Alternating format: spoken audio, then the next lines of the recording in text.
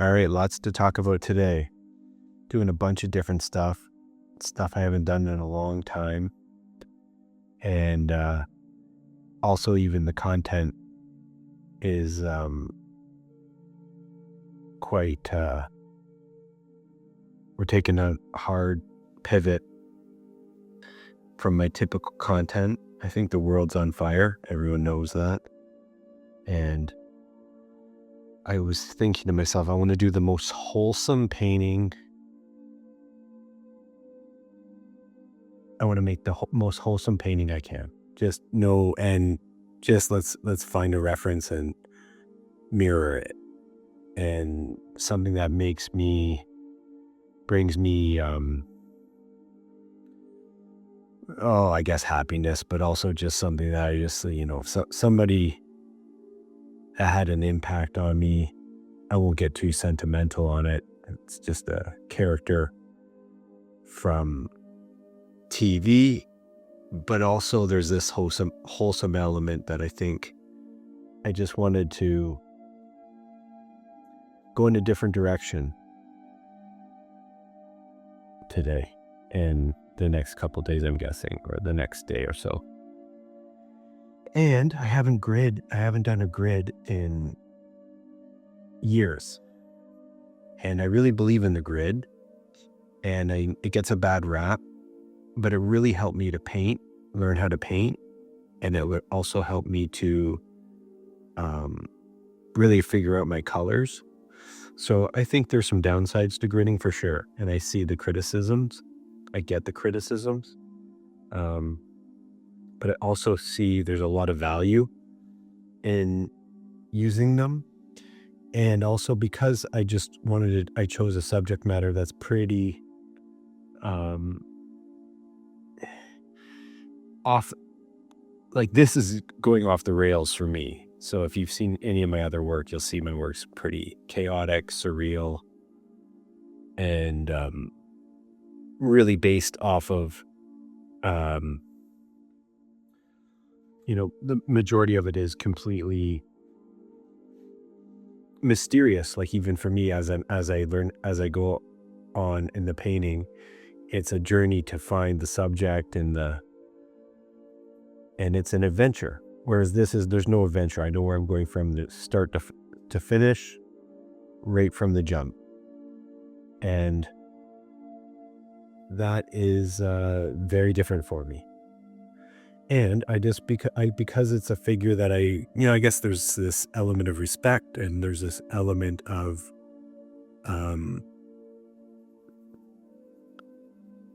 admiration. I just want to, I don't know, it just felt like gritty. I thought it would be, and it also saves a lot of time. I think that's what I was trying to jump to. So gridding will save you a lot of time. Maybe not in the beginning, but if you paint every day or regularly, you'll find that the grid can be a really useful tool for just getting your composition down. Like, it's kind of on the same path as like tracing something or using a projector or like a stencil or different kind of techniques that you see some other artists using. I believe in all those. I haven't done them in a long time, but they really helped me along my art career. Like, so there would be a number of paintings that I'd use a grid for. And then I would learn, like, I just want to paint without it. I just prefer, even now, like I had some personal hesitation, just because what do I like to do more? Well, the grid is good because as it does really help with the speed and the composition. It also makes me take my time. And it helps me to think. It thinks I think in a different way as well.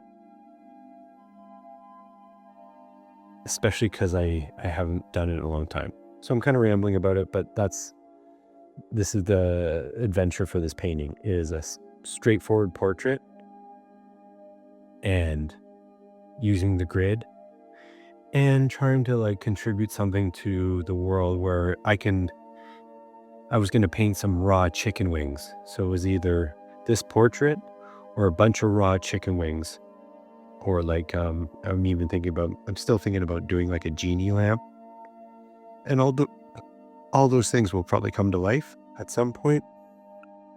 But for now, I just wanted to do something that I think this guy is pretty universally loved. And I just thought I wanted to, okay, who could I paint that he's like on the Dolly Parton level as far as I'm concerned, where everyone loves them, and they just got that vibe, and they all they've done is give their talents that we admire and appreciate. And I don't know, mind you, I don't know much about Uncle Phil, to be honest. So, and I hope I didn't spoil it for you, because I'm sure you saw the thumbnail. But, Uncle Phil just played a role that he was so lovable, but hard too, right? Like had rules, a game plan, and you had to follow those rules.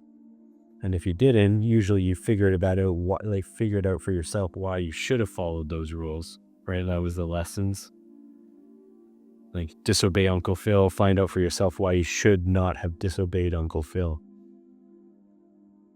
Uncle Phil knew from the jump.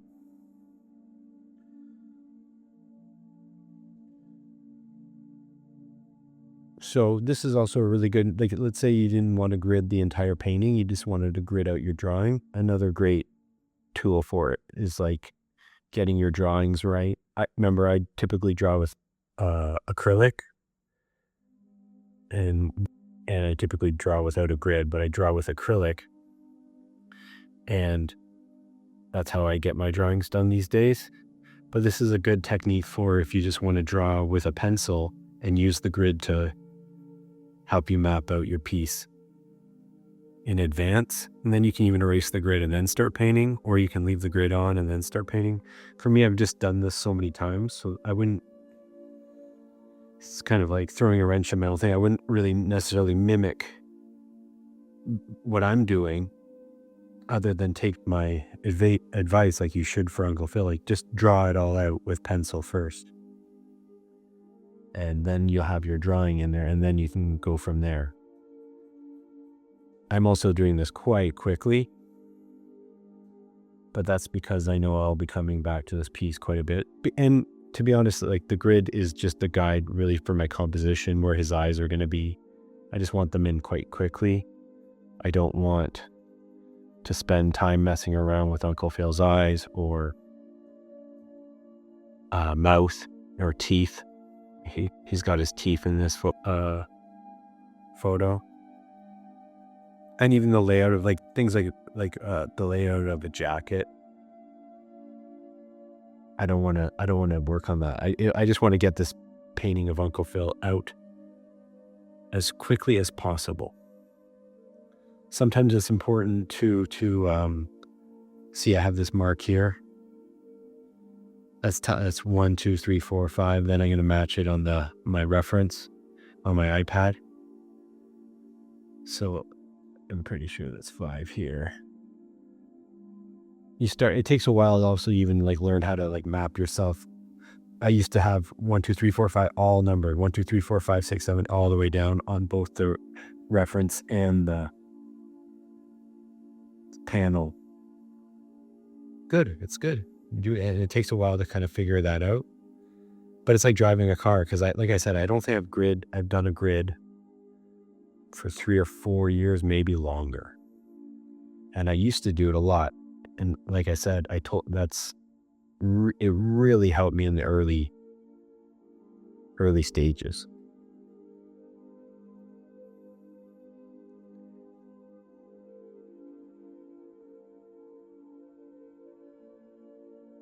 Last video, I'm still in editing mode, but it was just it's 9.5 hours from start to finish, every brush stroke. I'm talking the entire time. That probably will never happen again, or if it does, I won't be the one editing it.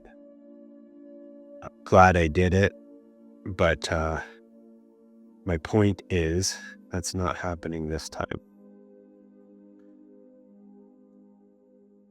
So I'll be jumping ahead, and then when I have something to say and give you an update on something. Let's see, 7's here. So 1, 2, 3, 4, 5, 6, 7. 7's here. 7 here is here. See, it just really helps you. And this is pretty loose. That's why I said if you draw it, you'll get like a really strong outline and drawing of it. I have the luxury, like I'm sure many of you, where it can get a little funky, and because I can fix it pretty easy. I have the tools and the experience that I'm okay. There's some areas where you want to take your, like, again, eye shape is going to require some more, I guess, even like pressure and concern and dedication. Ear shape and his head, I can fool around with that pretty quick. And I do kind of want I think I'm rushing a little bit because I want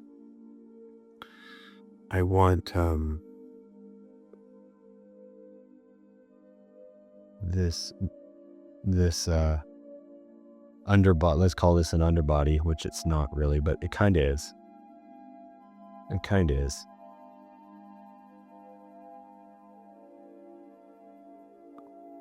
Not using a lot of liquid, but there is some. It's like I'm just drawing. This is, instead of pencil, this is kind of maybe what it's like too. Just drawing with the paints. I'll show you my palette. I have a couple. So you have my main palette, yellow ochre, some scarlet red, which is very translucent burnt sienna, and some random orange. It's not a standard orange. Then this is where I mix. This is my mixing palette, and here's my liquid. So I'm just playing in here. Colors aren't very important to me right yet. They will be. And I think I got my palette though properly, but my mixes is what I mean. I'm not too concerned yet. That's a little too orange. Here it's just the head, right? So you can kind of go in there. Let's really kind of pull away. It's still really orange, but so be it. Because I drew this kind of line, right? I can just... One nice thing about Uncle Phil, no hair. Bonus.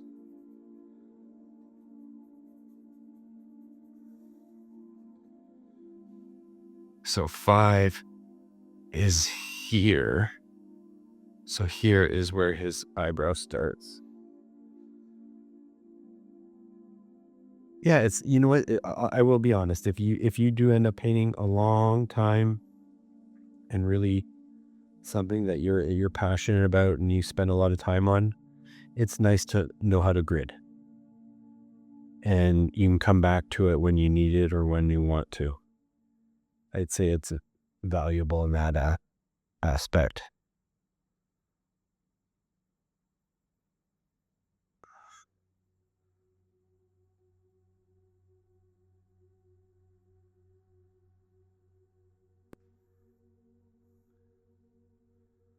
So here I just want to make sure I'm on track. Remember, the eyes are going to be your main thing. So I'm going to zoom out on you're not seeing that right now. Maybe I'll put it in after post, but I'm zooming out on the whole image of Dr. Phil. And I want to count how many we got. 1, 2, 3, 4, 5, 6. Let's go over here. 1, 2, 3, 4, 5, 6. Yeah, that's fine. Just want to check. I used to be very conscientious, or very I would follow the grid very carefully, even like doing block by block kind of stuff. I've done it. I'd watch some, if I were you, I'd watch some videos on that. Some artists that like straight up just follow the grid, like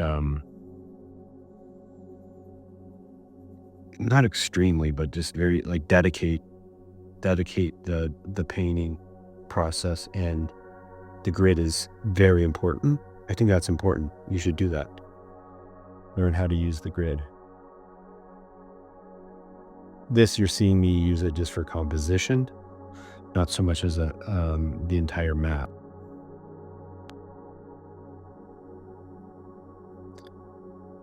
Now, I'd be able to paint, normally I would just paint the entire circle and then work my way inwards kind of thing. And like I said, I just don't want to spend the time finagling with Uncle Phil's face. Just don't want to. And I think he's kind of got a face where I could, so the grid is useful in the sense that because it saves me so much time, like I think a few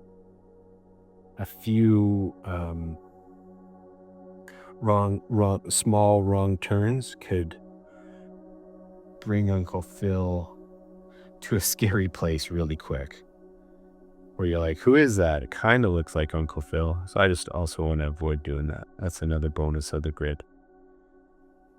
Gives you some liberty that way and gives you some guidance, sorry.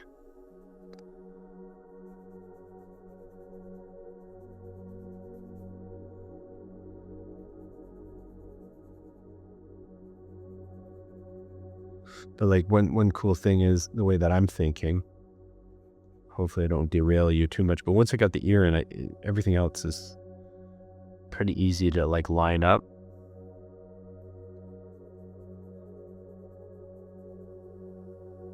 Once I got the head shape, everything else is pretty easy to line up.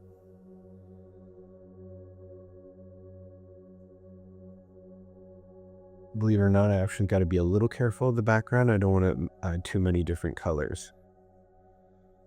But now I'm not even like looking at my, like you start to get like a pretty good understanding of what looks good right away, right? So you can make adjustments, because I think I'm probably not even matching the grid specifically anymore when I do some cuts, but it just wasn't looking right. All right. Right here is like probably number one importance, the eyes. Number two is the mouth and the teeth. In this case, he's smiling. So that is kind of fucking me up with this. First problem.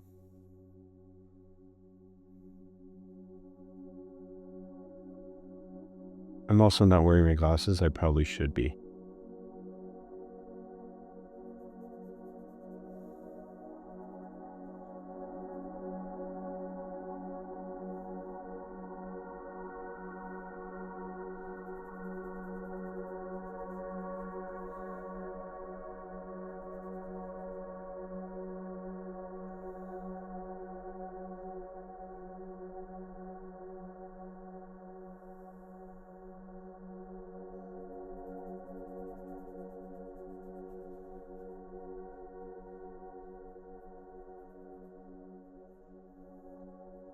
I was going to stop recording, but I won't leave you hanging on the eyes.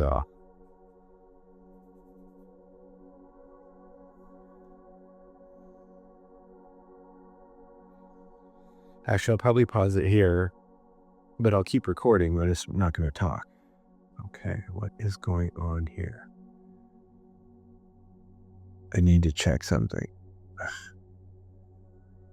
5, 6, 5, 6, 7, 8, 10. 7, 8. It's right. It's just.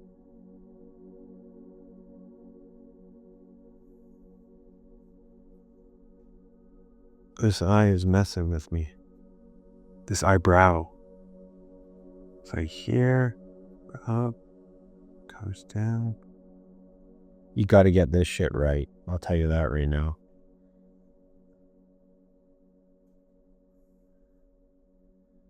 And you kind of want to get it right. This is where it's like, okay, why are you gridding? Well, right now, This is a big reason why I'm gridding, is these kind of like nuance elements of Dr. Phil.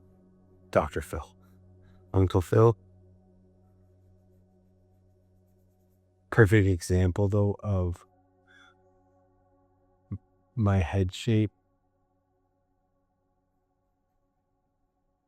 was throwing off the eye. I am going to throw my glasses because I told you the eyes are number one. Number one. So what you see how this is like 1 inch, right? These are 1 inch squares. So when I'm looking at the reference, it's not in the middle. Here's the middle, let's say.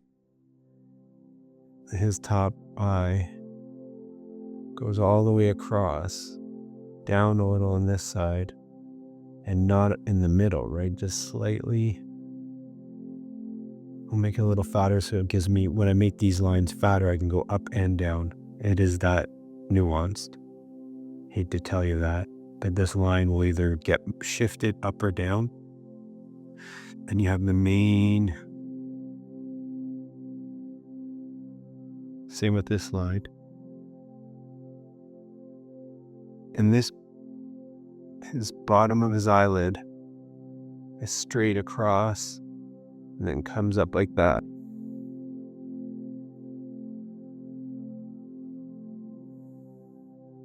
And then the first little doohickey thing here is there. Okay. But you see my, at least you see my pace, how it changed and how serious I had to get there. Everywhere else here, I don't really care. It's so easy to work with that later. The glasses also are helping.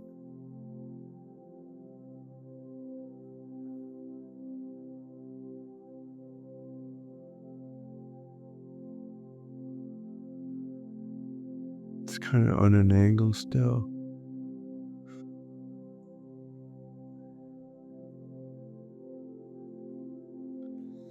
But we're in 22 minutes and I got like the top half of his face kind of mapped in, right?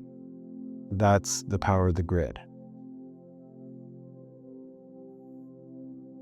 I've done almost maybe, I want to say thousands of other portraits without the grid. So if you want to see me working another kind of painting, but I haven't really done necessarily kind of walkthroughs. Gotta be a little careful. Make this line a little fatter, even though, like, if you look at the reference, this line is not fat like that. However, I'm hedging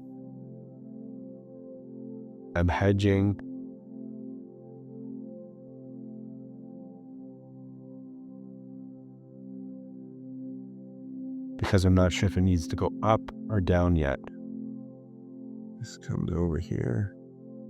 This line's slightly underneath. A little more actually, and then it goes up. It's pretty dark there. The iris is somewhere like there, or the pupils. This comes down.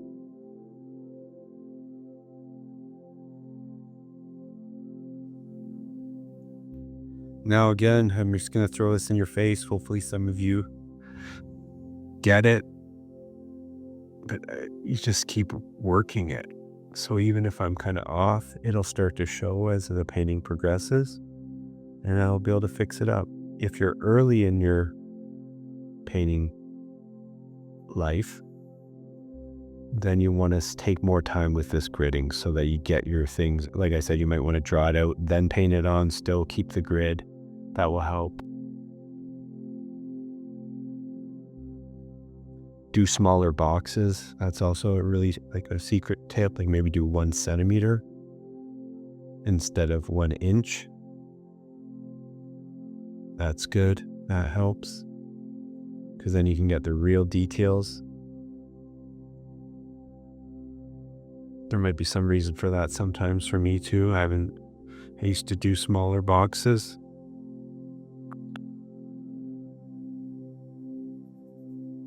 But you know what, like really like crazy thing is like one of my biggest concerns is just like the mapping of the portrait, getting the head dead like where I want it centered in the on the panel. That's really good for like, so there's a bunch of takeaways for using a grid that I think are really valid. And then I think there's some criticisms that I think are also really valid. This kind of just depends on what you're going for and what you hope to achieve. But if you're painting all the time, definitely worth doing it and seeing what you get out of it. I think you learn a lot. I do anyway. And I did.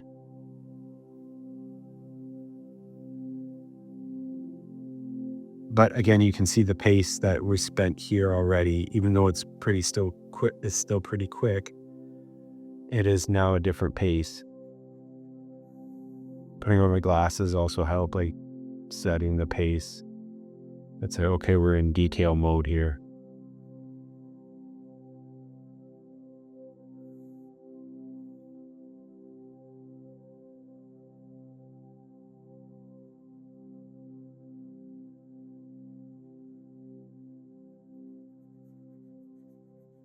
Also, you're going to want to like, you also have to be generous with the paint because you got to cover up your lines. You don't want those lines exposed.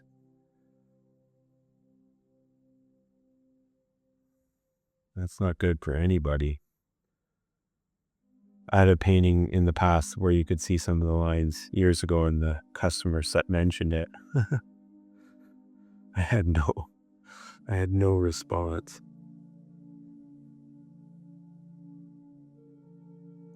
Other than I think I told him, oh, that's amateur, man. I just called myself out on it.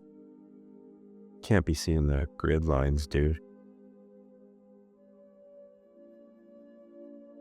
I also talked to a really close friend of mine who's well versed in art and experienced in the art world, and he said his opinion is that no one really cares whether you're gridding or not. I disagree. I think like drawing something out yourself without a grid is probably what you want to aim to do. But like I said, I came into this especially because I want to show you I learned so much from gridding. Like a decade ago, it was all about it. Literally a decade ago. So, and I'm glad I did spend so much time playing with the grid and learning how to paint. It really teaches you a lot. So if you can take that as your takeaways, I keep repeating myself, but that's really, it was really important, really critical.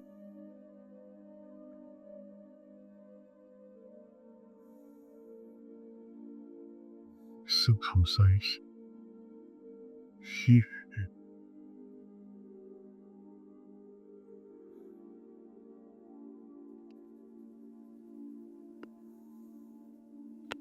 And I used to use like a small brush from the jump when gridding, like just like a small pointed brush.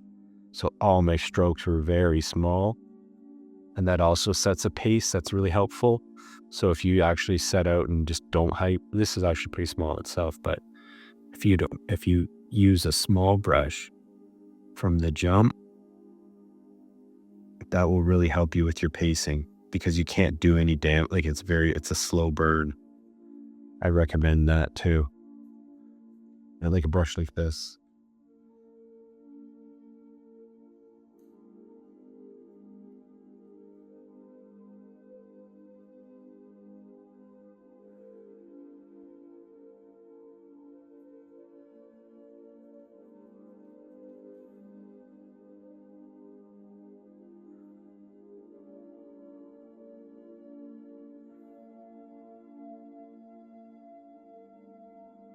So this eyebrow's fucking me up.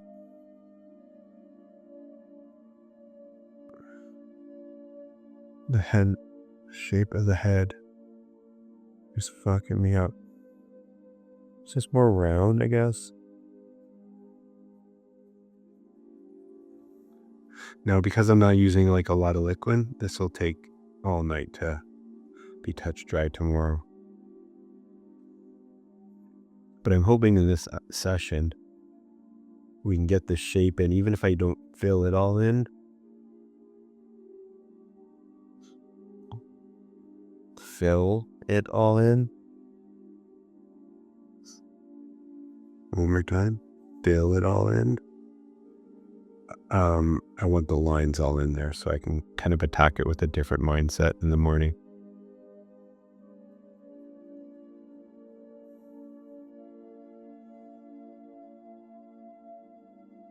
So yeah, I'm thinking about a genie in like imagine having a genie and you're granted 3 wishes, but you make the stupidest wishes ever. And I want to paint like 3 terrible wishes. And that was what I was going to be painting today.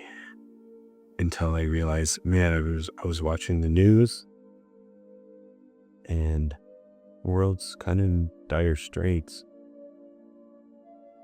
It's a bummer. So I want to see a face that everyone loves. I told you that story already.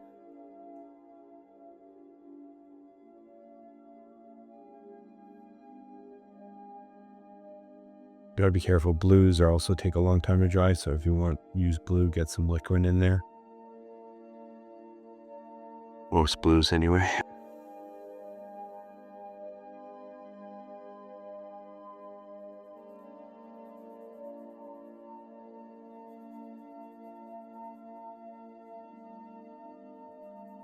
But use a larger brush over there.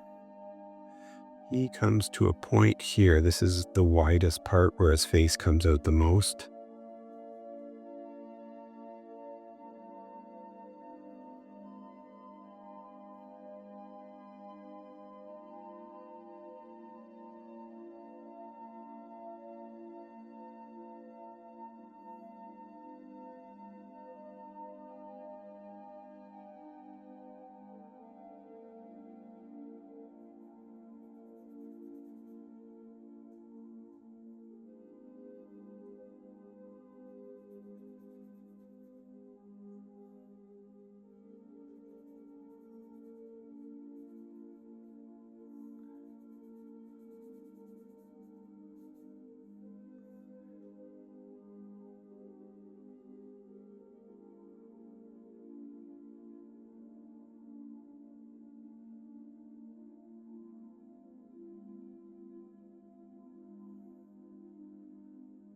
So I told you this face comes right here.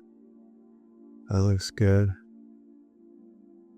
Then it starts to curve down here. There you go, Uncle Phil.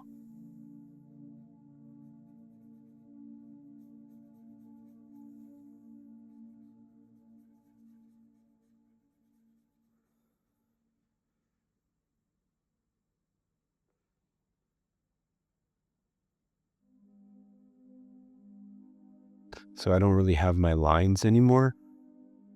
And that's why I was saying if you're kind of doing the grid for the first time, you really want to keep the grid. You might not even want to cover up the sides because you'll get lost.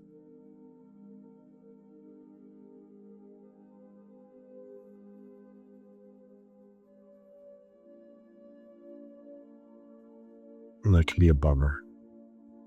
Get confused. Slows you down if you start getting lost. So here's the middle. Right now I have to look down here. It's like a little more than the middle here. These little details will matter, I'm telling you. So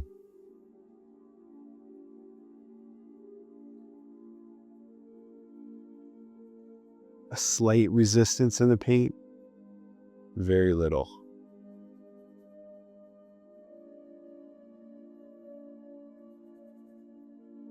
Get your darks in there now. The ears over here. His beard comes down like that.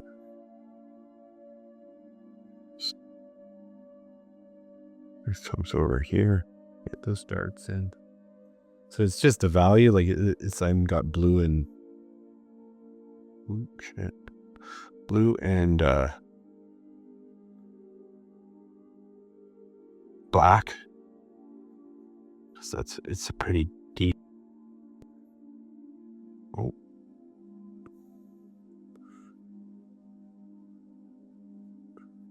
You don't want to get too far ahead. I guess you could. If you're cooking, go for it.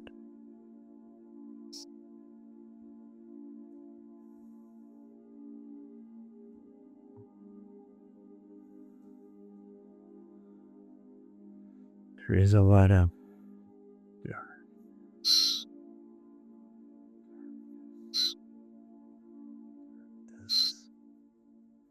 and there's a little light here. Really like this portrait of him too. When I saw this, it was pretty easy finding a source reference for this one. This is good too. So this is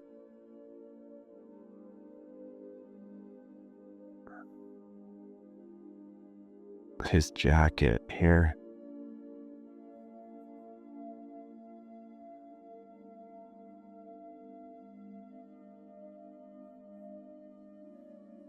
So this is a big breakthrough because that's the top of his shoulder, top of his jacket right there. So this is where the sky stops, or the background, the kind of photo shoot background. So we can get that blue into right there, and then we're done with that on this side anyway. That's good. Because the blue, I definitely want the blue in, because it's going to take some work to get a nice, like, kind of photo booth blue in there. Again, I'm not changing anything for this piece.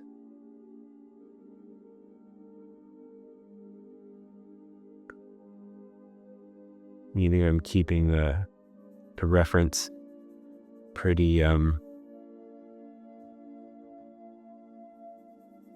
yeah, I don't want to do it. Like, I'm not searching for anything with this piece. I'm trying to bring Uncle Phil to life. That's it.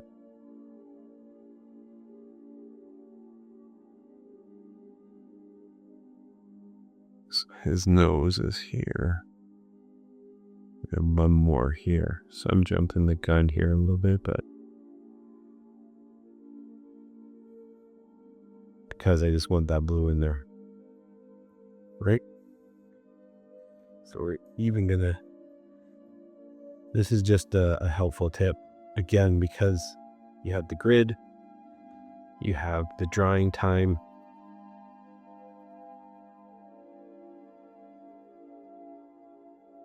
I want this blue in now.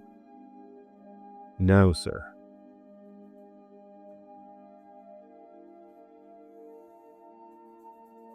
It's going to help me a lot later on. Tomorrow, I get some coats here.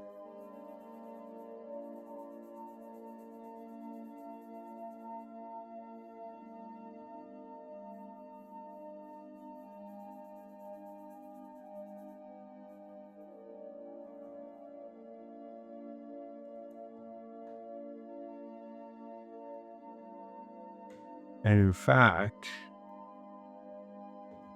well, no, okay, I'll keep it traditional in the sense of fat over lean here.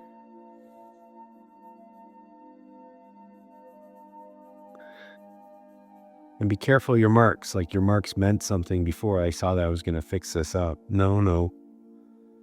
He has a little, it juts out because of his hair. His bald head.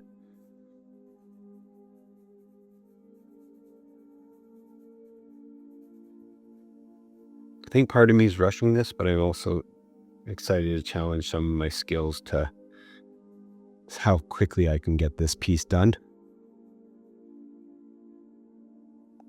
And I'll just harp on this again one more time. By using the grid, I can crush out portraits that are just basic portraits, right? No razzle dazzle or going off the beaten path, just following the portrait, paint what you see. Haven't done this in a while. I always like 90% of the, no, I guess not. There's a lot of pieces I don't use reference for, but there's definitely a lot where I do. Like different references for different kind of elements and stuff. But a good reference, heard a good, there's so many great art tutorials out there too, by the way, guys. Like, I don't know how much this will help you other than maybe just dig Uncle Phil.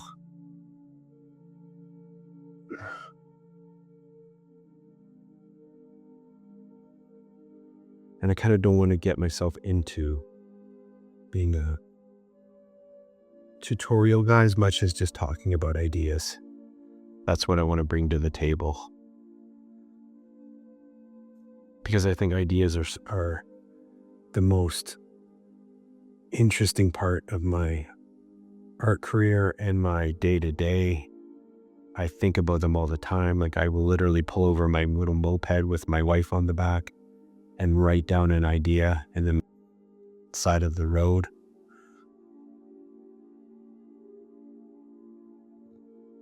Because it's just like, oh, that's such a, like, and half of them come to life, half of them just remain dormant. I incubate ideas, I build off of them. Ideas generate more ideas. So that's where you can use it. There's no such thing as a stupid idea, because usually they generate something else. So that's what I want to bring to the table, because that's just my favorite part of painting and creating art is ideas. I know what to paint, how it should look, what style. Those are important too, but just the ideas, playing with ideas is so, like, it's just so important. That's why I kind of have a soft spot for AI and stuff, and even AI artists, because there's something about generating ideas and then building from it and seeing where it goes. Mind you, I put them in different categories. Not everything's the same. So calm down. But when just talking about ideas, like for somebody who just has never created or painted anything in their life, and they can see one of their visions come to life, there's something there. I think there's value in that. I don't know if it should be celebrated, but on a personal level, it should be. Good for you, man. Like, create stuff. Good. And then what comes from that?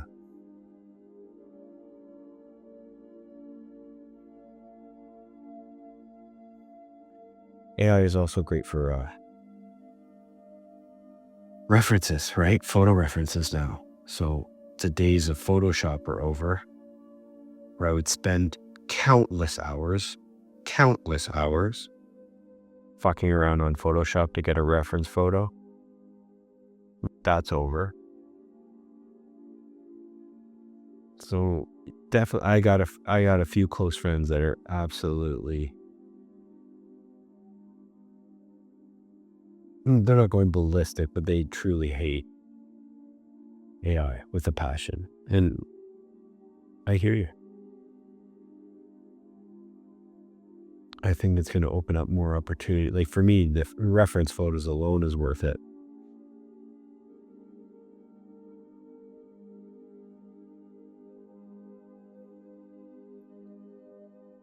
Gotta be careful here. This is the lowest part of the top lip.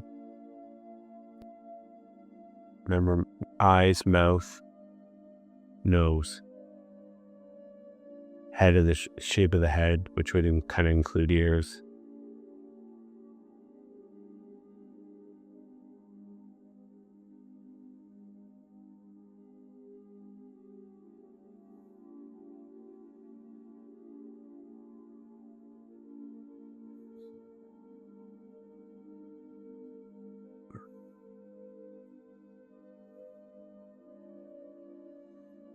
This jacket looks black there. Can't remember what color it is.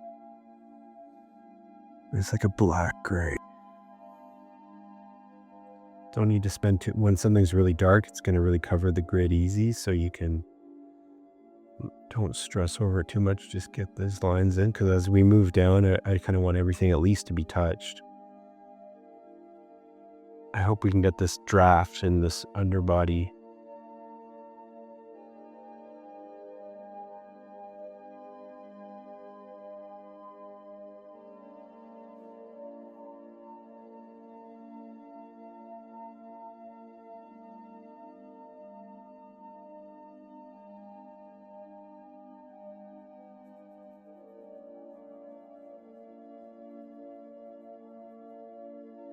Done today. So far so good. It's cooking along, so.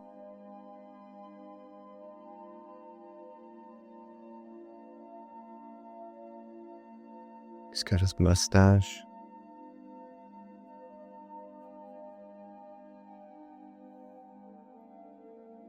Beard goes right to the top here, so you have to distinguish that from the face.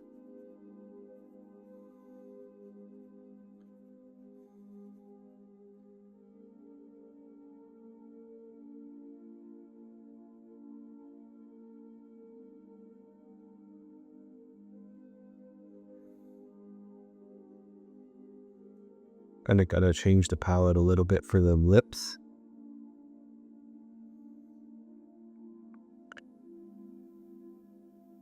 His mustache covers up some of the lips.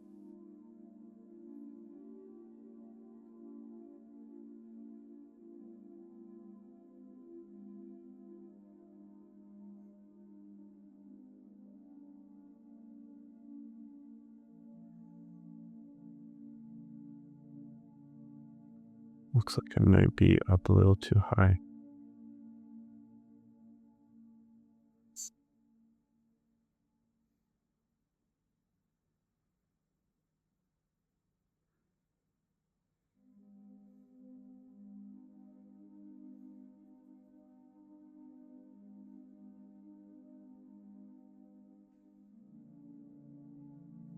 See how we're mixing, like I'm just mixing that lip color right into his head.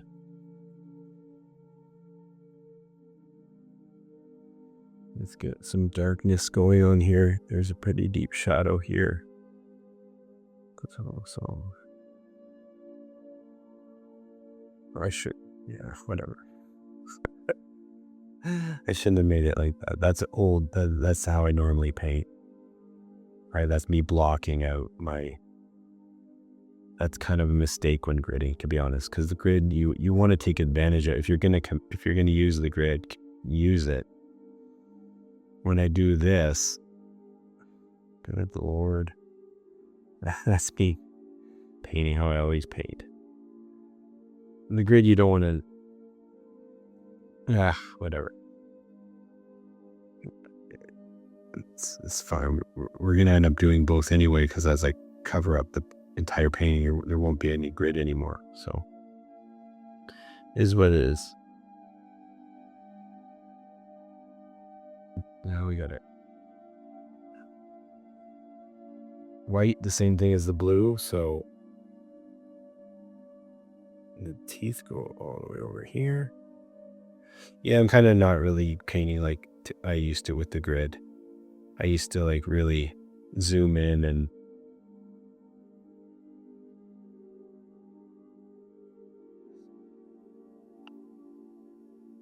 right now I guess I'm painting like through it. Yeah, it's a little tricky to describe it.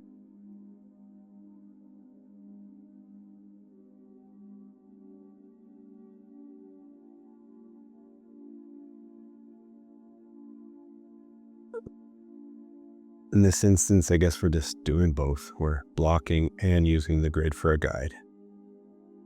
And that's good. I think do that. Try that, but I see. His eyebrows is big. Is his coming over there? Okay. Keep it moving, man. For my own sanity. Keep it moving.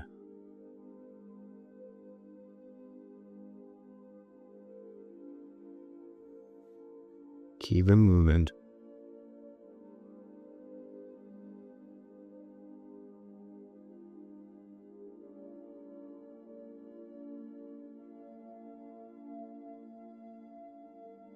Very bright here.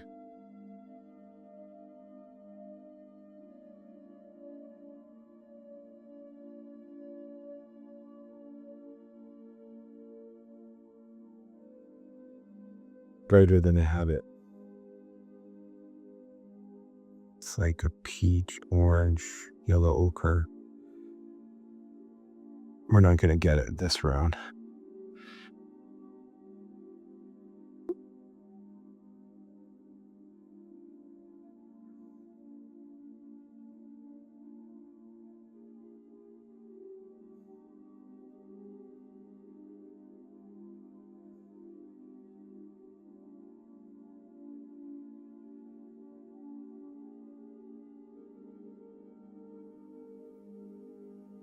Yeah, I don't know if I'll ever go back to how I used to with like the small brush and in small boxes. I kind of did depart from the grid after a number of years of using it, or for a long time anyway. I just found it to be less fulfilling.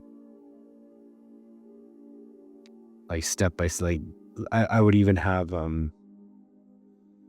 like I would only just do one line at a time.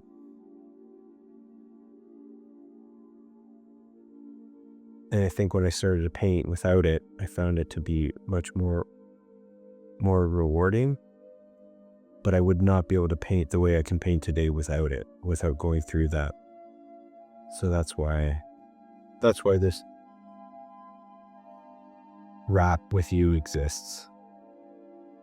It's really helped me over the years. Because sometimes your eyes fool you and you think something looks one way, but it's not. When you see it on the grid, you're like, well, that's not how I would have painted it. Exactly. You would have painted it differently. It looks different in your mind. And the grid tells you the truth. It's not what your mind thinks it is. It's like an optical illusion or something.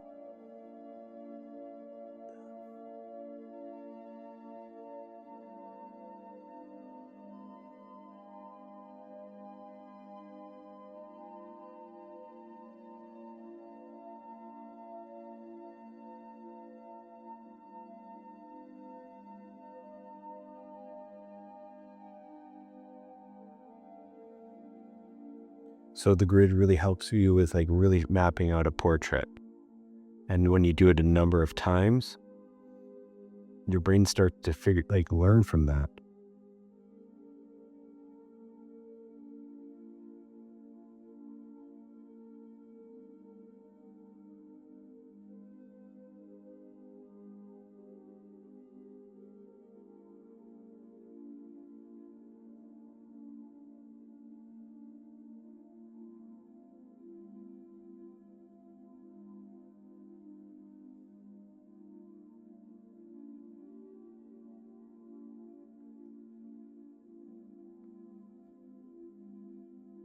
Because they're kind of covered up some of the grid and I've moved along. But like, so the iris, where is the iris towards the eyebrow? Where's the eyelash towards, where's this eyebrow to the pupil?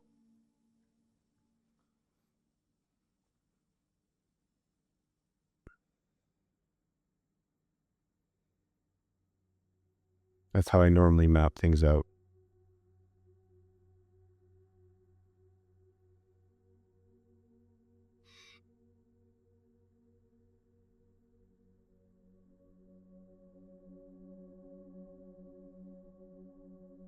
Man, who doesn't love Uncle Phil, right?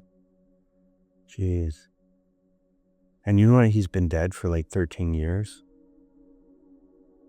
I saw it when I was looking up the photos. 2013 does not feel like that.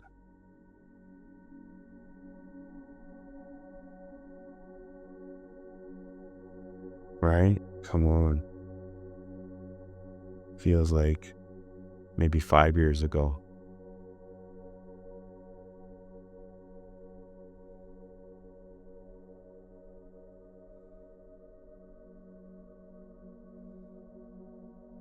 I think this will be a critical area.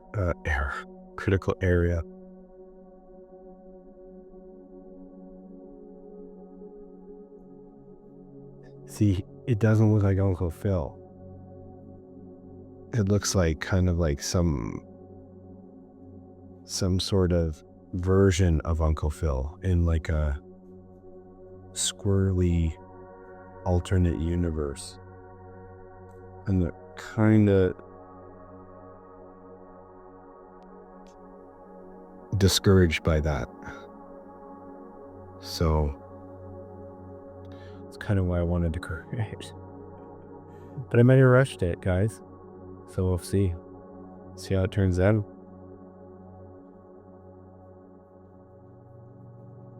The grids definitely can prevent you from having that. But like I said, I had a game plan, and it was just to map everything out and use a grid to do that. So we'll see.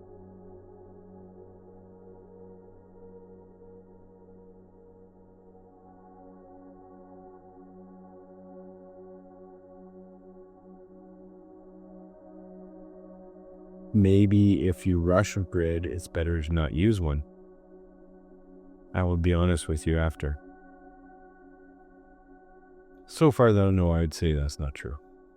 Based on right now.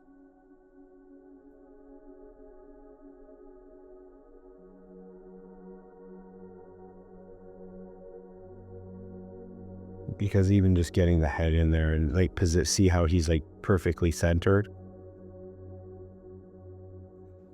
That alone was kind of honestly worth the grid.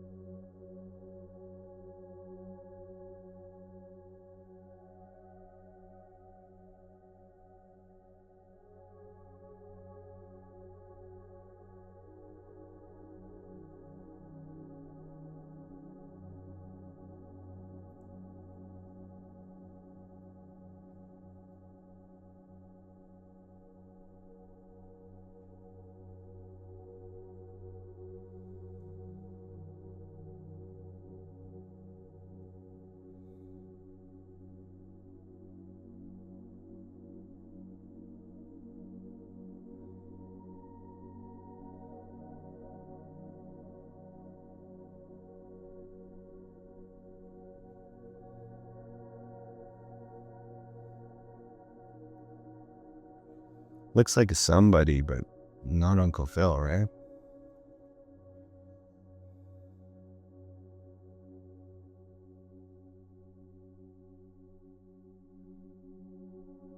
Looks like somebody, but not Uncle Phil.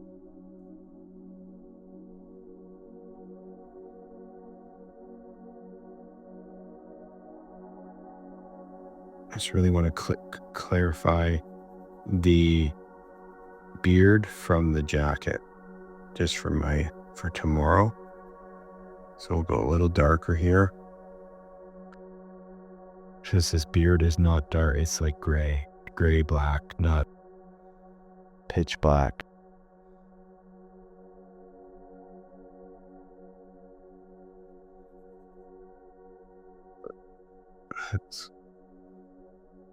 Yeah, and it's up like here. And here's another kind of twisted thing. Sometimes you think people look a certain way. This sounds like I'm making excuses. Actually, it is Uncle Phil, but you just don't know what Uncle Phil looks like. But there's some super truth in that. If you start like looking at a portrait for 8 hours or 10 hours, you're like, I can't believe Johnny Depp looks like that, or I can't believe so-and-so looks like that. You're just staring at their face, the same image for longer than anyone else on the planet has ever looked at them. There is that element, I promise you. You have to experience that yourself. I'm not making an excuse. If it doesn't look like Uncle Phil, it doesn't look like Uncle Phil. That's fine. I could care less. Even though that's not my intention, but I will call it out, believe me. However, I'm not joking, when you start looking at portraits for extended hours, you're like, I never knew that. It's like, I never knew he had that, or that's what it looked like. Believe me, that exists.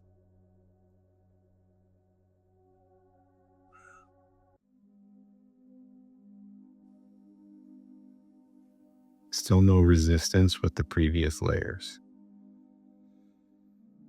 What I mean by resistance is things get tacky and then they have more drag. You can make some pretty awesome headway.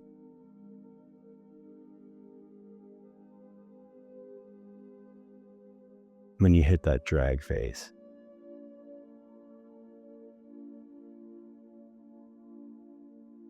Getting this bottom lip in will make things really help a lot. Everything else is kind of like a clusterfuck right now in here.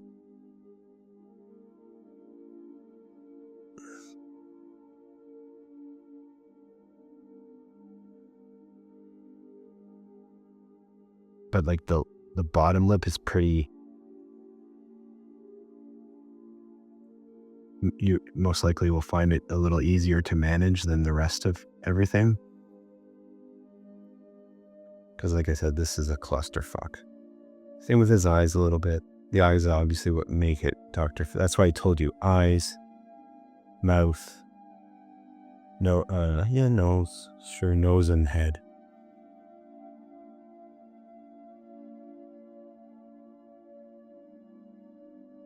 Nose is more forgiving.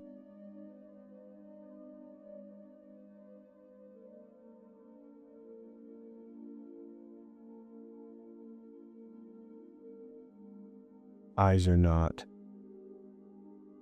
Mouth is forgiving, but it's important, more important than the nose. Nose matters like proportion and like placement. But I would still put the eyes, like you got to get the eyes down. You got to get the mouth in place. Nose has to be proportionate, and obviously the shape is critical. It's not that they're not critical and important. It's just importance level. They're different. They're not the same, but they're all critical.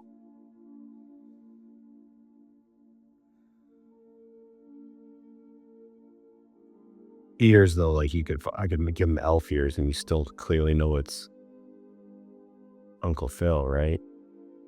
So yeah, that's why I kind of didn't even worry about. It's got the outline.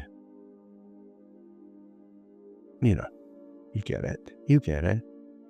I don't even need to talk for. You get it.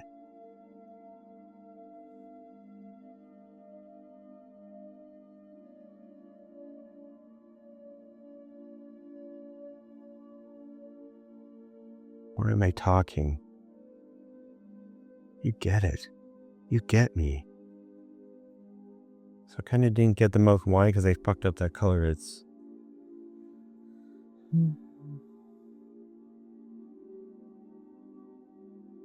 gigantic bottom lips.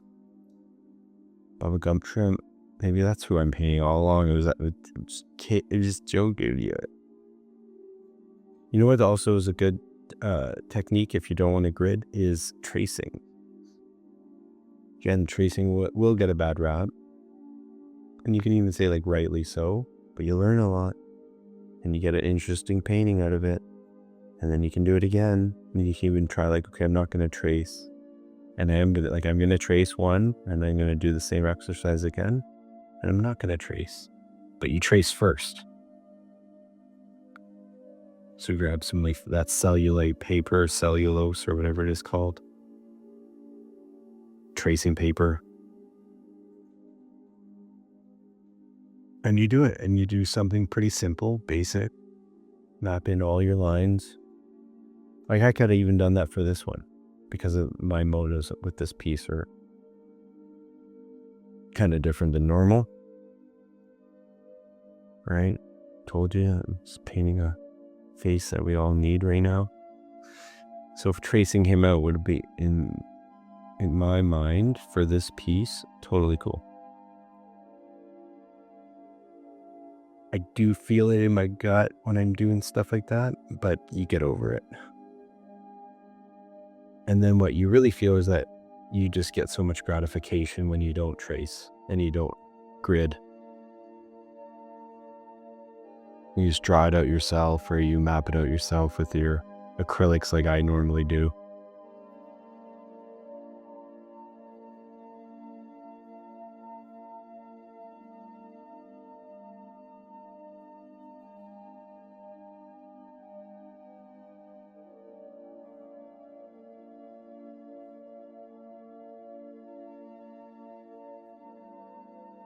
It's kind of looking like Suge Knight, maybe.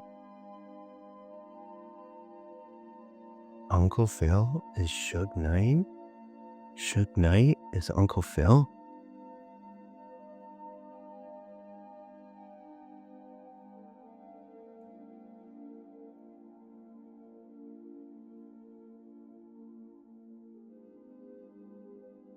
And here's a kind of interesting thing that people who are not artists don't get this. You'll get this if you have to present this at some point, right? In theory.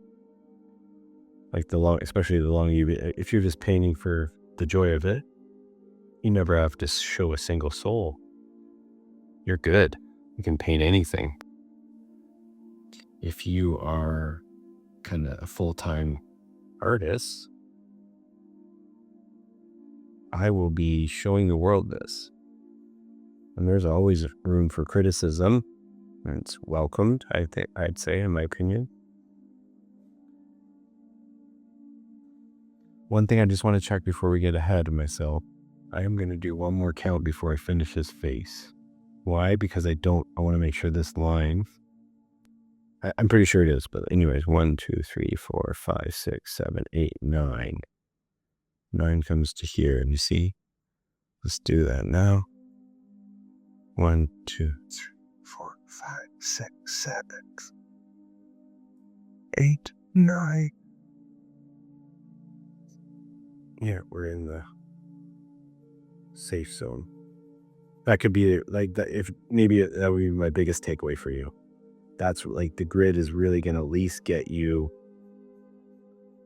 But why is that? Like, so here's the lip. Okay, that's right. Yeah. The grid at least is going to get you some structure.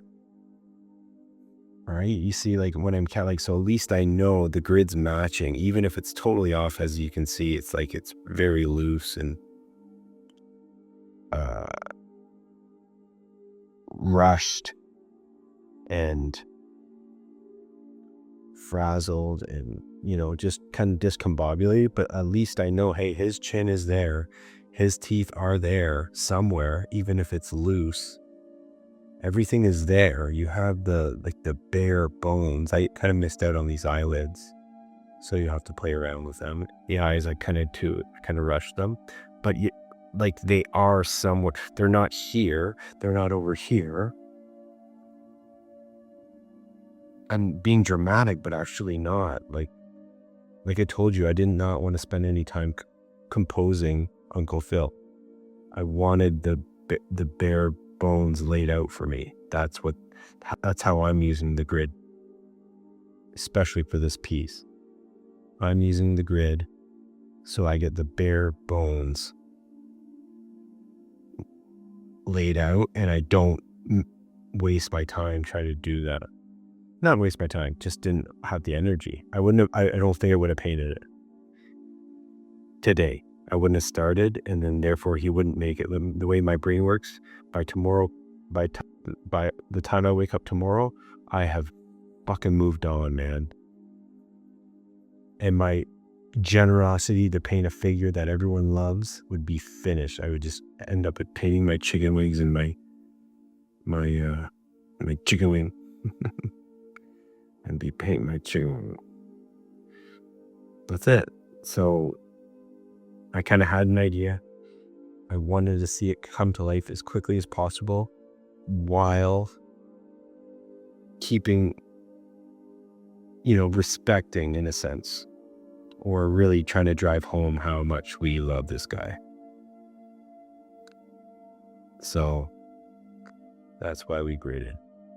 And I've probably mentioned it, but I kind of feel like every time I mention it or try to explain what's happening, I get a little tighter on the explanation. At least it sounds like that in my head. Yeah, that's why. Yes, right. That makes sense. Yes, of course. Of course, sir. You know who'd be another good portrait? Jeffrey. Oh my God, Jeffrey. He was like the backbone, right? The hidden backbone. Jeffrey. You know what? I probably that just struck more of a nerve than even Uncle Phil. Jeffrey, fuck. I think Jeffrey's still kicking, right? Do I have it in me to paint Jeffrey? Absolutely not. Absolutely not. Maybe. I don't know, man. Jeffrey's kind of the shit.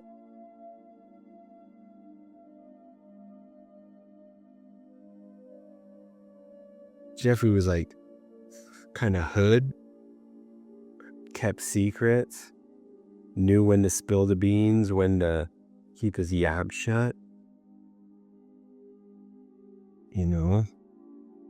He was like an alternate father. You could have Jeffrey as a father, or you could have Uncle Phil as a father. And does anyone know if Uncle Phil and Will had like a really good relationship? Is there anything on that? Or was it just strictly business? As a kid, that stuff used to mess me up a little bit. Or I'm like, you mean you're not best friends? You mean you're not like going out for dinner and like hanging out and yeah. Grab a small brush because I kind of did butcher his face here. And because I'm also getting to the point where now, this is what I meant by the small brush for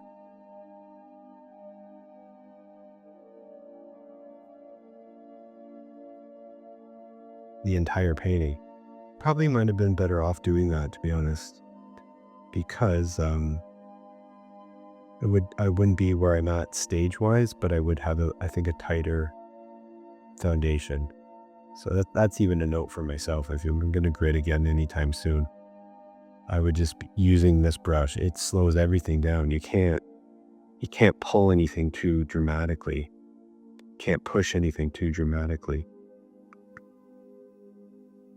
And because I just feel like this kind of mouth and the nose and the eyes, which are all the most important parts, are getting away from me. Well, geez, let's got to change my strategy here.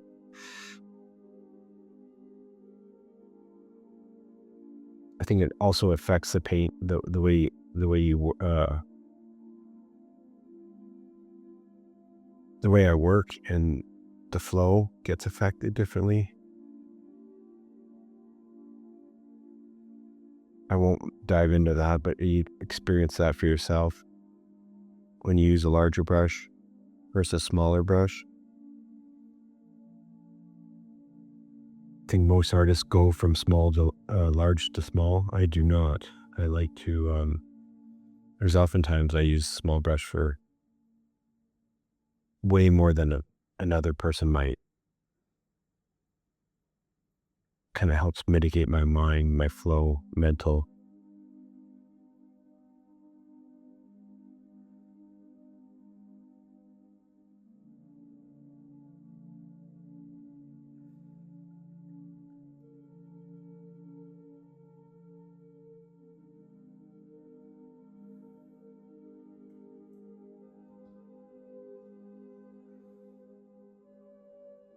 Remember the beard.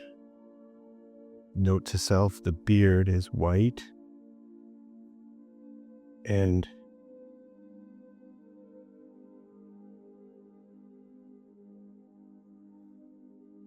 not the same color as the jacket.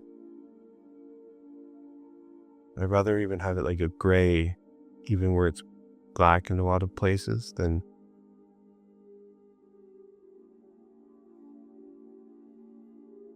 I kind of just, some of my brush strokes are just blocking stuff, so be it. I still think it's good. The grid is going to help overall, I think so.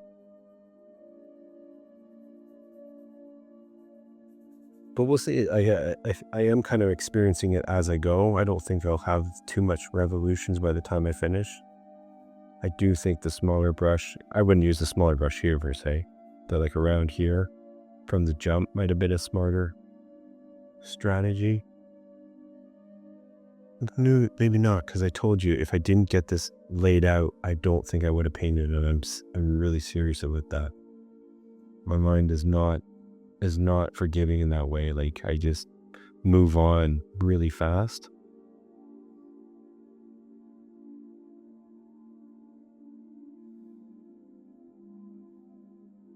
Cause counting 1, 2, 3, 4. 2, 3, 4.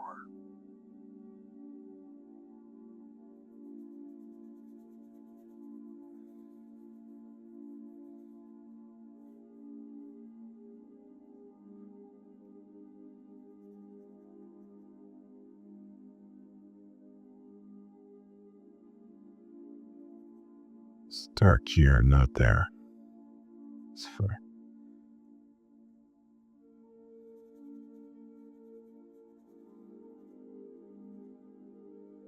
Also, there's skin there, not just beard.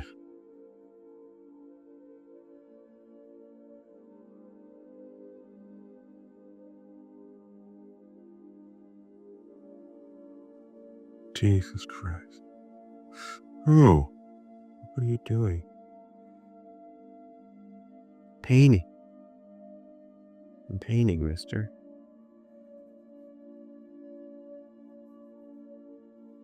Uncle Phil enough. Uncle Pill. What we'll do is I'll show you this little trick. 1, 2, 3, 4, 5. 8, 4, 5, right there. So I'm just done kind of trying to be script. It's like that. But ta-da!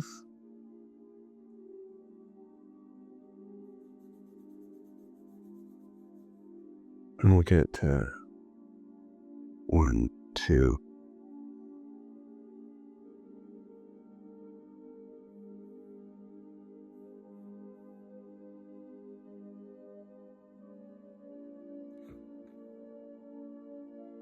You guys get why I'm doing this. Why? Because it's like pretty basic stuff. Get these lines in here or not.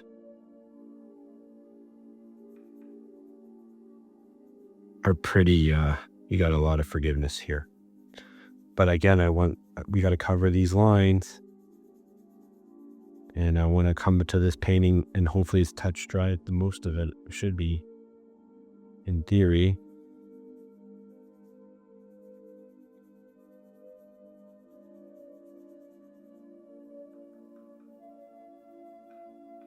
And if I do a good job, I hope someone that knows him sees it. If I don't do a good job, then I hope no one's ever exposed to this. I also haven't seen it. One cool thing about like how my brain works is like, man, I'm sure Uncle Phil portraits exist. I wouldn't go that far, but I have not. It's not like you see him in your feed on the regular, like some other like there's very like, you'll notice that there's certain character, even I've done them, but there's characters that have been painted to excess. And in my opinion, Uncle Phil is definitely due he is somebody who's not painted to excess and deserves to be. That's why we're doing him. It's kind of weird. This doesn't make sense. That's 1.2. It's a weird angle.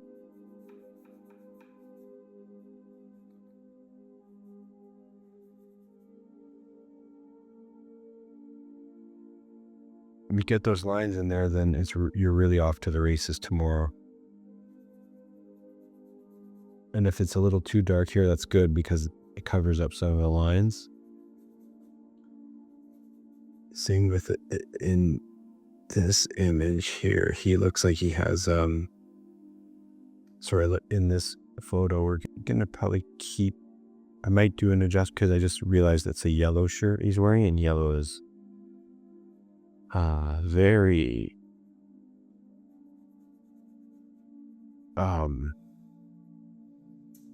time consuming to lay, it does not dry and it does not layer. I love yellow. It's like one of my favorite colors to use. That's why I know. So we might change this color to like an off yellow so that I can really make sure I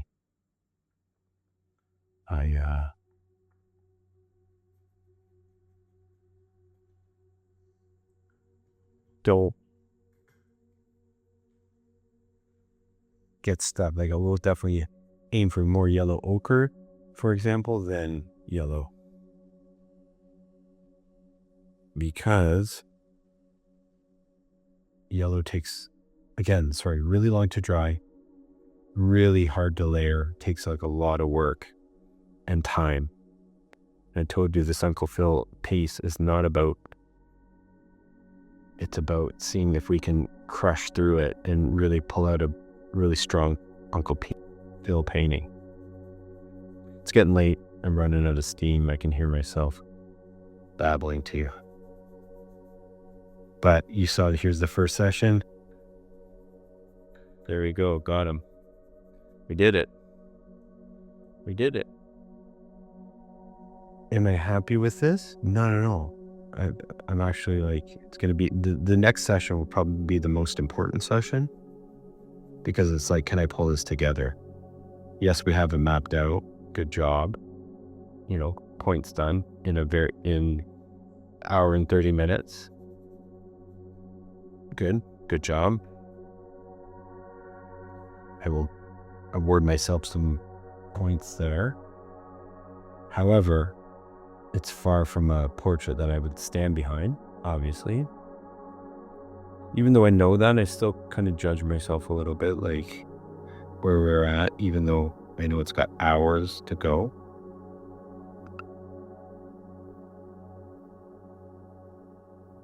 But I'm definitely critical. I think self-criticism with art is like one of the most essential tools in your toolkit to go like, hey, are those his eyes? No. Are those his teeth? No. Are those his lips? No. Well, then fix them. It's literally like that. And if you need to be able to be honest. Sometimes you get to a place where it's good enough. That's fine. That's up to you. But you have to be able to get to a point where are those his features? Yes or no? But I hit my target because it is kind of getting late, and any later would be it just wouldn't be a good spot. Okay, is there anything else in this jacket? Kind of weird.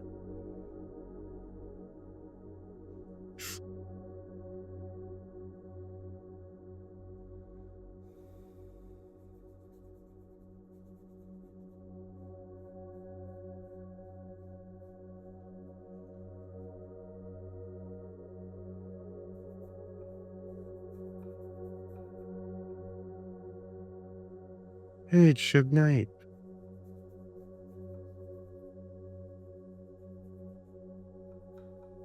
Maybe I should put a song when I paint this in my reels, because people won't know what it is until you start to see them. But if I put like a death row song, a Tupac or what have you, some sort of death row track,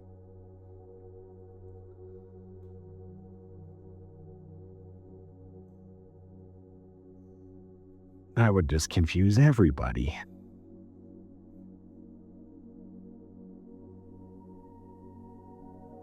I think the last thing I'll say before I cut the camera is the gridding over time after doing this a lot, it really does help your eye. So that's the takeaway why I would even suggest doing it. And just be like, don't try to hide it. Hey, I grid. I've been practicing my gridding and it's helped a lot. And there's some grid artists that are unmatched, meaning like photorealism they take it way more seriously than I do as far as like the process. But their gridding is unmatched, their photorealism is unmatched, and their product is like high level fine art. No one gives a fuck if they're gridding or not. They embrace it. So that's the last thoughts on that. Okay, so have a good one. Let's just cover this up.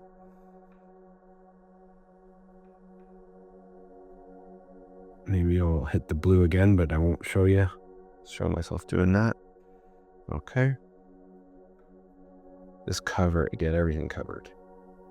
Don't leave anything untouched. Not today anyway. This is as far as process and planning for the rest of the painting, those little things will say, like if you miss a spot, not that you would, but like you just don't want to, that's a spot missed.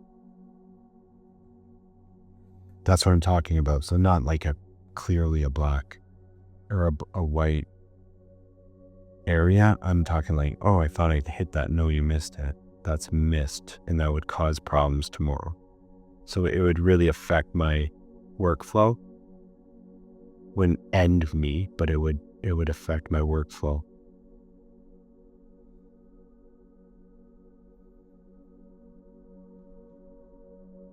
Yeah, I would say this is kind of like a really beginner's guide to like gridding and like an amateur way to grid.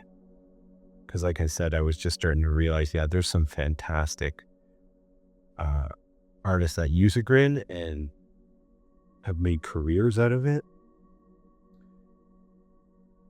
And they definitely do it differently.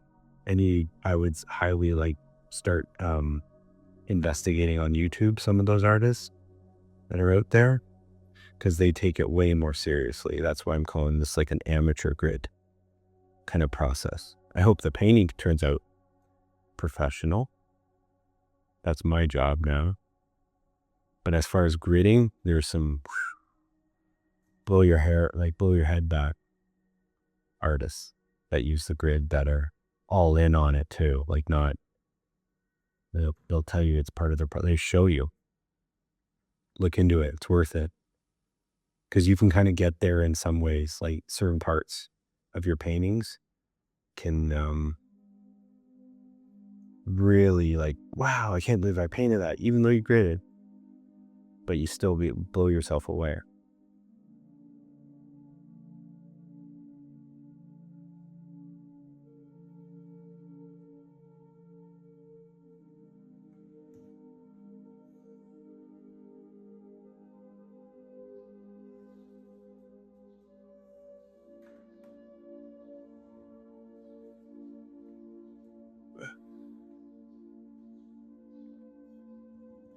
Day 2, session 2 of Uncle Phil.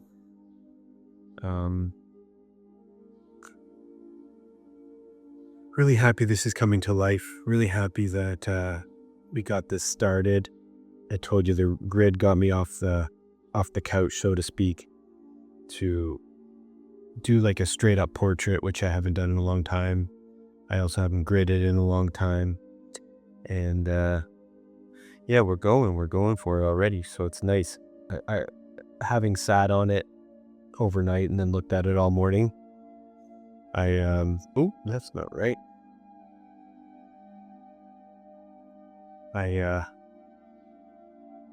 yeah, just really glad this is coming to life. I think it's good for me and kind of my brain to switch things up. And this is a really hard pivot. The only way I can really express that is to say, go look at my other work. Please, I insist, because it's not what I've been doing for a long time, just the straight up portrait.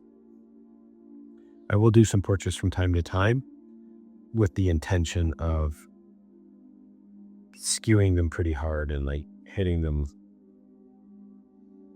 taking them in a direction that I'm not mocking. Like a lot of the people that I paint, a good majority of them, I would say I admire in some capacity, or appreciate, if not admire, appreciate what they do.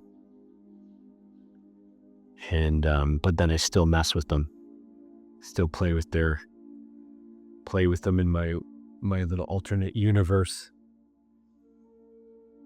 So because this is touch dry, we get to then now add the second layer. There's a little bit of liquid in here. I wouldn't call it a glaze, but we're going to be going into the world of kind of like blocking out, like you would as if there was nothing here.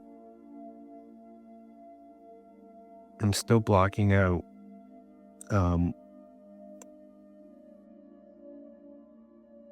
this painting to make it right, because just because we have the basic foundation and layout, there's things that are not right, and there's things that are going to take some pretty hard editing, pretty hard manipulation to get things right. So that's what we're doing now. Like, let me get some more details happening.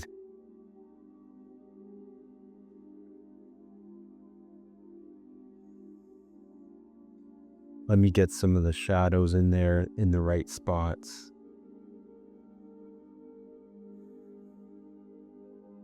One of the things too is like, okay, it's not Uncle Phil, but it's not Uncle Phil either. All right, so we're getting some harder colors in here. I found the shape of the head might be a little, maybe I pulled it down when I should have left it.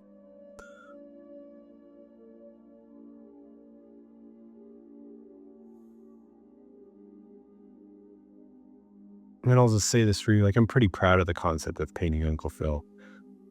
I'm thinking there's probably some more characters like that are just beloved. And yeah, I don't know if I'll do more in the near future, but I think like Uncle Phil is just such a beloved character.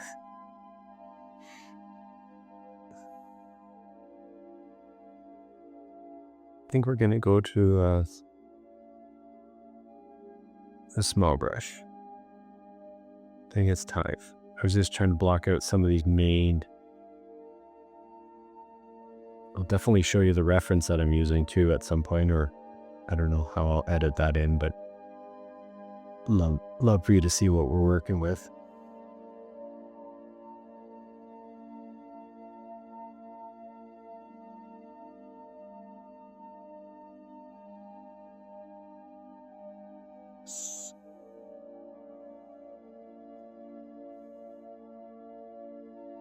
It's kind of like, with the shadows, it's very similar to the highlights. Like highlights, you want to slowly build up.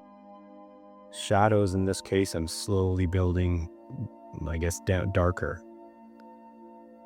So these are obviously kind of, you would say, kind of in the black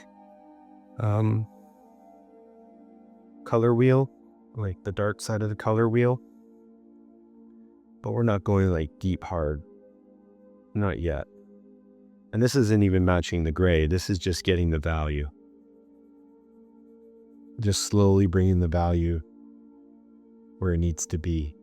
Slowly but surely. And that's based on pace and taking your time. If I wanted to hit it harder, I would hit the value harder. I don't.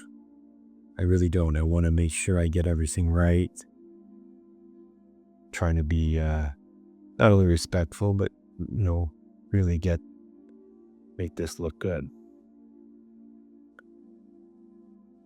There's some people it's weird. Like I don't feel like you have to be respectful. Like even if like you like the person, I feel like they're like sometimes when I paint Jim Carrey, I feel like I could paint him in any way, and I would be excited to show he would get it to some in some capacity. Like if I painted Jim Carrey in any compromising position or in any sort of weird mashup, I wouldn't be afraid to show him. Even if I made him look completely stupid and mocked him, and I just think Jim Carrey is that I could totally be wrong, but I think he has that. That's how I imagine him, where he just would get art. Not that Uncle Phil wouldn't get art, but he's gone.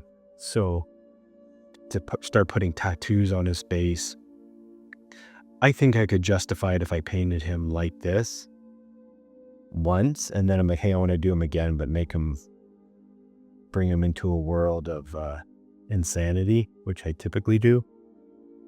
Then I think I can justify that, like messing with him, because I painted him in a good light previously. So that's how I would kind of, I've never painted Jim Carrey in like just a standard. Actually, that's not true. I painted Jim Carrey as the Mask and just did it like a straight out, found a reference from the movie or something and painted it. I really, spent time on it and just worked him with the green mask on, and I didn't play around with him, and just like a straight up portrait. And I forgot about that actually. Not that I need to do that with everybody. And I just think certain people, but I've painted a couple celebrities where I'd be a little bit embarrassed if I had to show them what I did to them.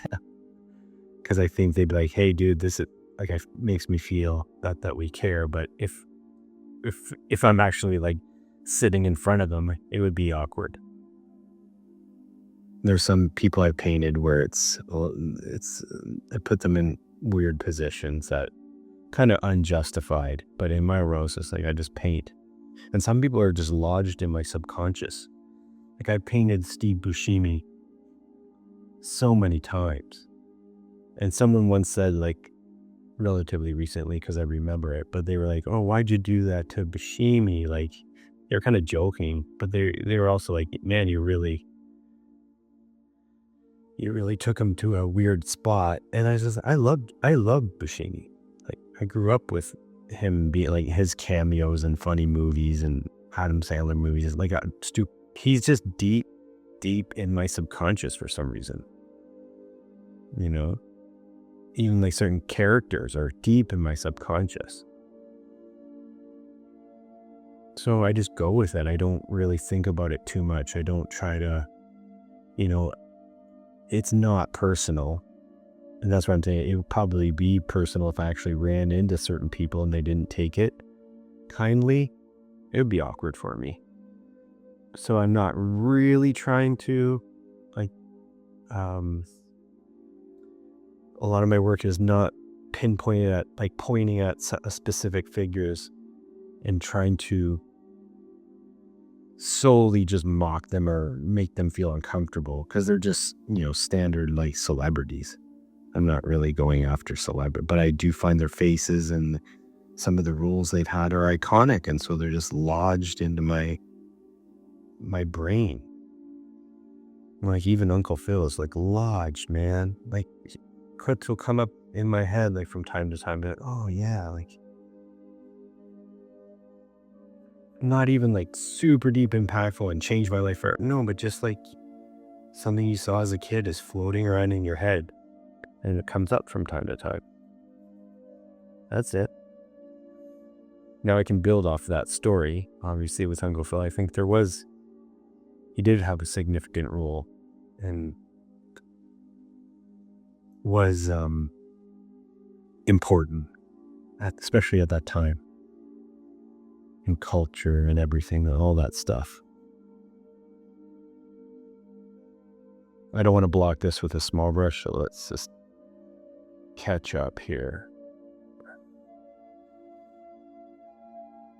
let yourself jump around if you want. Don't get too caught up sticking to one area, because you want as much paint on here over a series of different sessions as possible. So if one area has been hit quite a few times and you've neglected some other areas, it can kind of pose problems later on.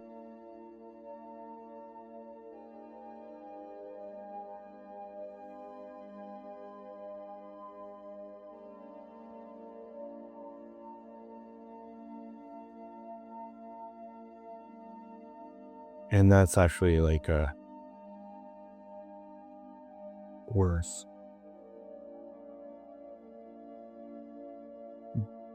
That's actually just based on my experience. So like there is stuff where it's like, hey, if you've left it and then you got to kind of catch up to the rest of the painting, I don't like that. I don't like that position. And it's pretty easy to avoid it. And it's just make sure you keep working around the whole piece. This head shape over here is pretty important because it's kind of determining a lot more than it might look. Let's go here. And one kind of cool thing is I noticed that, you know, you get an idea or something needs to be adjusted and then you're working around and you forgot about it, but you always come back. Like I just know that, hey, it's not just because you kind of temporarily forgot to come over here and work it.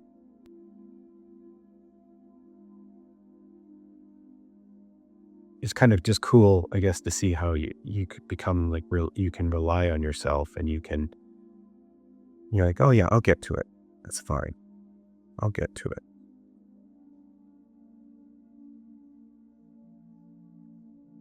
Does that make sense?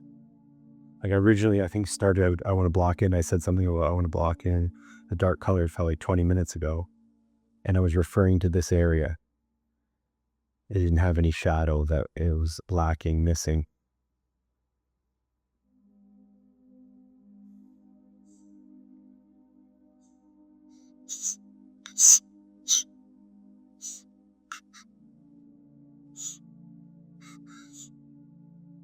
Well, that's my video. I'm editing a long video.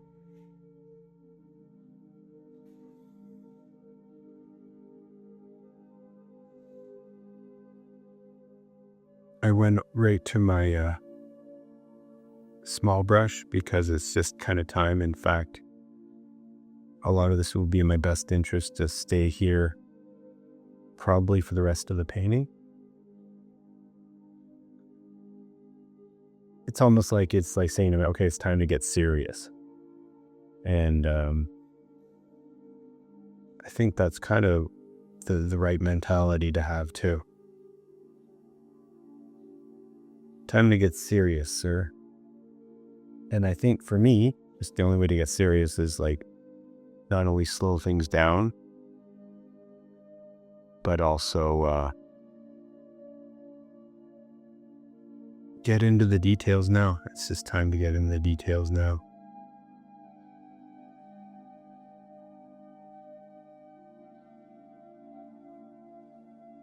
You're always still hedging too, especially in this earlier stage. Where these lines are they up or are they down? They matter a great deal as you go along.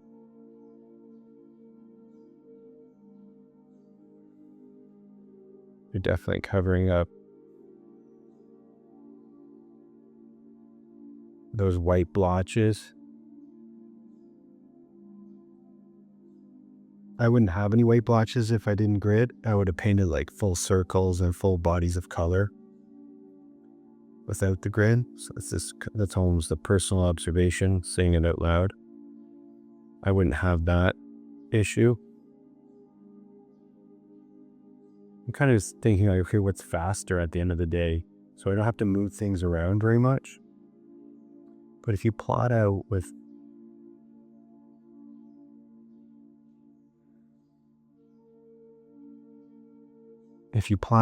your paints, like I would have painted this in acrylic first, I would have blocked out the colors.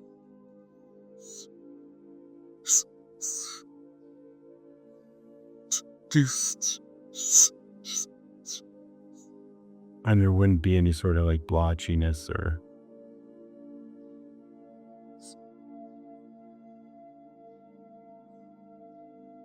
But that's not very time consuming to fix that up.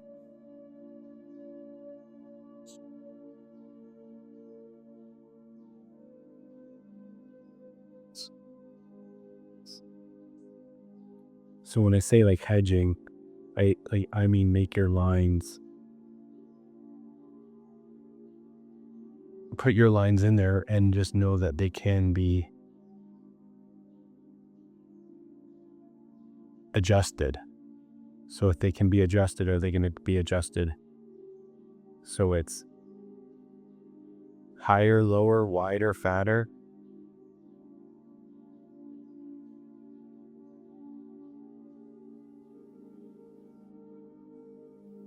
You're also hedging by not putting those like too deep.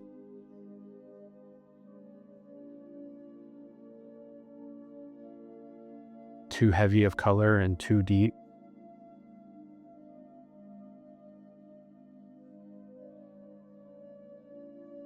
Like his eyebrows a little, oh, no, maybe not here, but his eyebrow.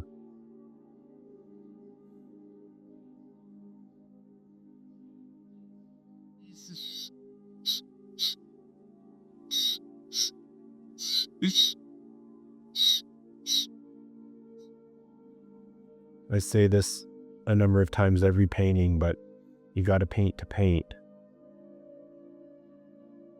You need some paint in there in order to like know, okay, that's right or wrong. But if there's nothing there, you can't work from it. Gotta paint to paint.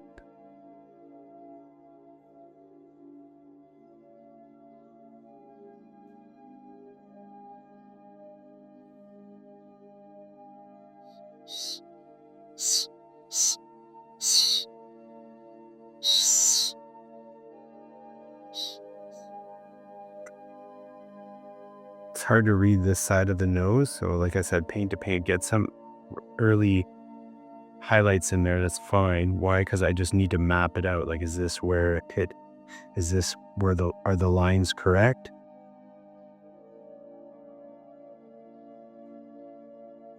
Is this where the change happens from kind of dark, mid, light, highlight, you know? Same here. Highlight, mid, dark. Because on the reference photo, it's hard to tell what's actually happening.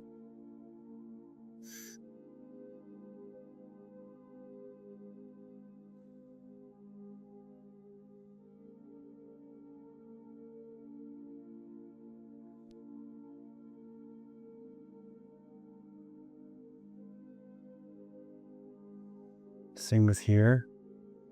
I'm not talking bright highlights, but like I just want to see if we got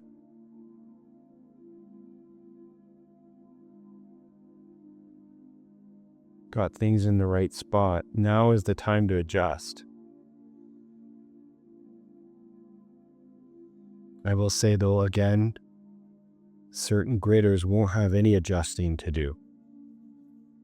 A lot of people that take the grid seriously, there's no adjusting because they just follow the grid. So you don't need to adjust anything. I use it quite a bit differently, at least for this piece. There's some things that I think are in my best interest to really capture and get in the right spots, but we kind of did that.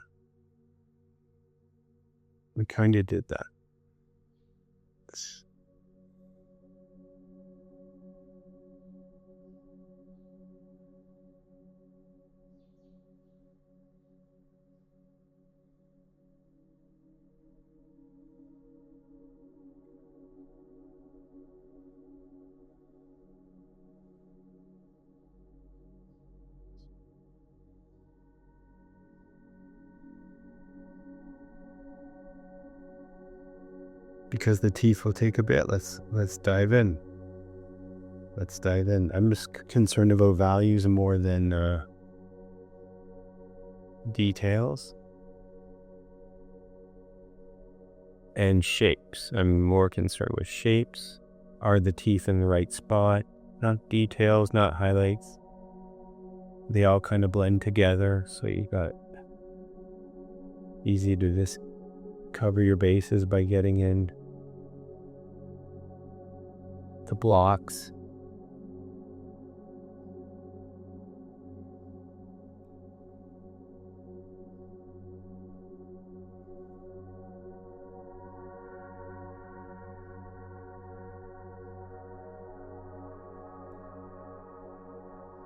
Again, because I'm using my small brush, we have this toothless room completely.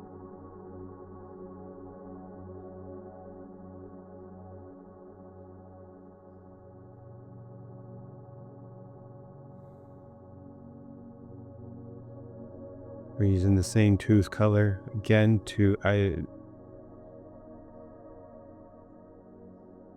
I'm hedging. You see this line, if you look at the reference photo, is way too big, but that means, do I go up with the highlight or down with the lid, like the under the eyelid, the bottom eyelid? Even if the color's not quite right, that's okay. It's blocking everything inaccurately. Now is the time. At this stage in the painting, that's what it's all about. Really refining your blocking, refining your positioning, and then, because you're going to get to a point where you're committed. There's no more adjusting anything. That's painter's hell, when you've committed and then realize you got to adjust something because it's not right. No. That's painter's hell. You don't want to spend hours on details on certain areas only to discover, oh, it's got to be adjusted. Not fun. I don't enjoy that experience. I think I do when it's just having, like when I paint in a different style and with a different objective. So here's like right here's the middle of the nose, and then there's something here, but there's no real strong lines happening. You kind of gotta get it in there and play with it. Lips not very thick. You almost want to think they're thicker than they are. Here is highlighted, here's darker. Use what you have on the canvas, on the panel. Here's when it's in the shadows, it's a little bit not muddy, but like unclear of where certain lines land. This eyebrow is not as dark as I have it.